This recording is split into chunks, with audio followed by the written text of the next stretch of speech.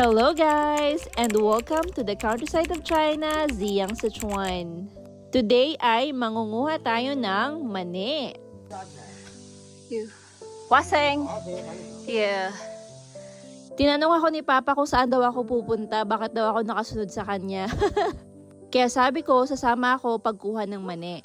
Ang lakas pa talaga ng katawan ni Papa at alam nyo ba na he is 84 years old na? Ang bilis pa gumalaw at kayang-kaya pa magbuhat ng mga mabibigat. Naaalala ko nga sa kanya yung lolo ko na nasa heaven na ngayon. Sa ugali, sa mga gawi, and the way he talk, parang lolong-lolo ko talaga. Kaya lagi ko talaga naaalala yung lolo ko dahil sa kanya. Ang problema lang talaga namin dito, hindi kami nakakapag-usap ng mabuti. Kasi pag nagsasalita siya, sobrang bilis at hindi ko talaga maintindihan. Kaya yung sagot ko lang sa kanya lagi, oh, yun na lang. Yeah. Medyo maputik nga dito sa daanan namin at hindi ko in-expect na dito pala sa taas or bandang taas ang taniman nila ng mani. Pero yung bumunga dito sa amin is malawak na taniman ng kamote. Pero hindi po kalamamayan. Yung mga kamote na yan ay aanihin bandang October, kagaya ng last year na nakita nyo sa mga videos ko. Yeah, ang putik dito. Ang putik, day. Hindi ko na matanong si Papa saan kaya yun. Saan na yung... Asan na kaya yun? Wala. Puro kamote yung nakikita ko. Saan na yun? Papa! Papa! Oh. Ayun siya. Sinagot ako. Akala ko talaga walang tanim na mga mani sila mama ngayon. Kasi wala akong nakitang tanim sa gilid ng bahay nila. Ayun pala dito sa malayo. Ngayon ko lang nalaman na meron pa palang sinasaka sila dito banda.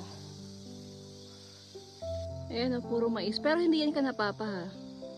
Uy, ito na yung taniman ng mani. Wow. Hindi tayo dumaan. Ang lawak din ng taniman nila ng mani and hindi ko rin talaga in-expect na meron pa pala silang lupang sinasaka dito sa taas. Last year kasi hindi ko na naabutan yung mga tanim nilang mani Ang naabutan ko, mga mani na naani na tapos 3 sako siya. Pero lahat ng yon is for consumption only. Tulungan natin si Papa tanggal ng magbunot ng mga mani. No. Eat.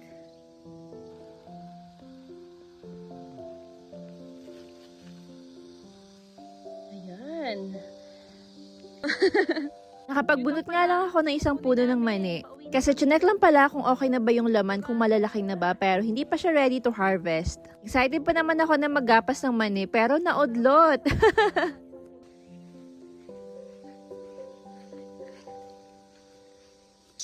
Umutot si Papa.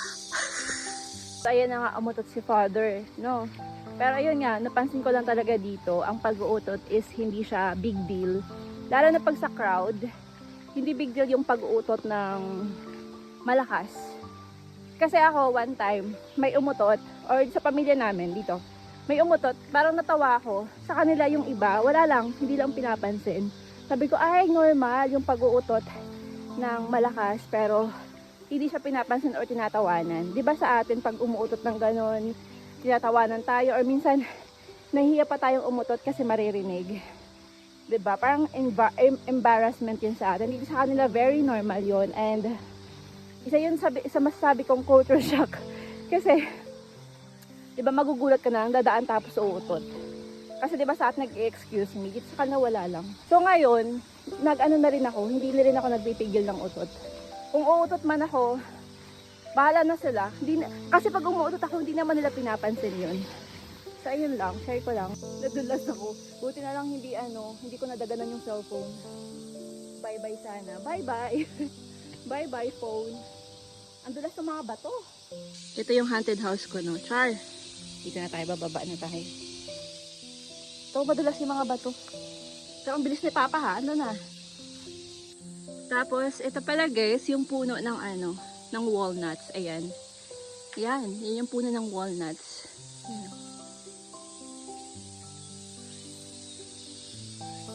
Ayan. Tapos merong dito, ayan. Peach to, peach. Pero hindi siya tawag dito? Hindi siya humihinog, nasisira lang. Yan.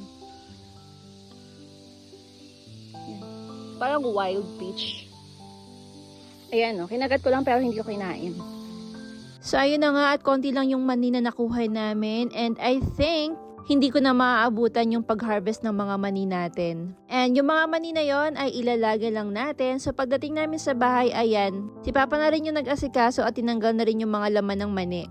And ito na siya lahat, konti lang talaga. And ready na for laga. So, ayun lang, hanggang sa muli. Thank you for watching. Bye-bye!